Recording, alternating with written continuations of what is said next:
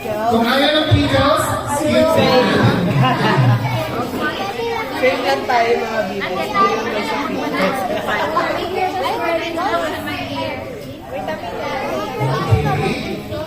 Dahil na, nalagay niyo yung pickles. Okay, very good. Ayaw ng pickles. Next is yung cheese. Cheese. Lagay niyo yung cheese sa ibabaw ng pickles. Okay. Okay, pula, baka magmuli. Careful.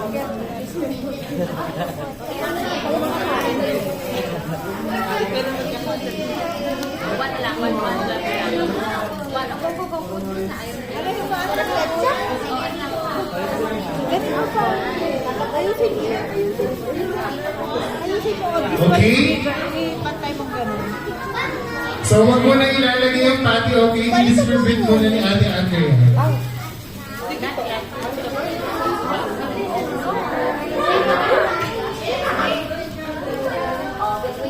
Okay, nalagay na ba yung mga cheese? Nalagay na yung mga cheese, kids? Okay. So, yung may mga ano na, may mga patty na, pwede nyo na ilagay sa ibabaw ng cheese. Yung patty. Go. Go, lagay nyo na. Okay. Sa cheese, sa ibabaw ng cheese. Very good. Okay, nalagay na ba?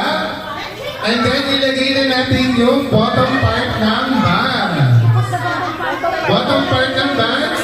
And then, baliktarin. So, upside down. Ayan. Very good. Ilagay sa center ng wrapper. Lagay mo na sa center ng wrapper. Okay. Center mo na. Okay. Wait for my instruction. Okay. Nalagay na sa center lahat. Ayan. Very good. Yung mga cheeseburger. Smile, kids. Okay. No. Next, smile here. Ayan. Perfect yung mga cheeseburger.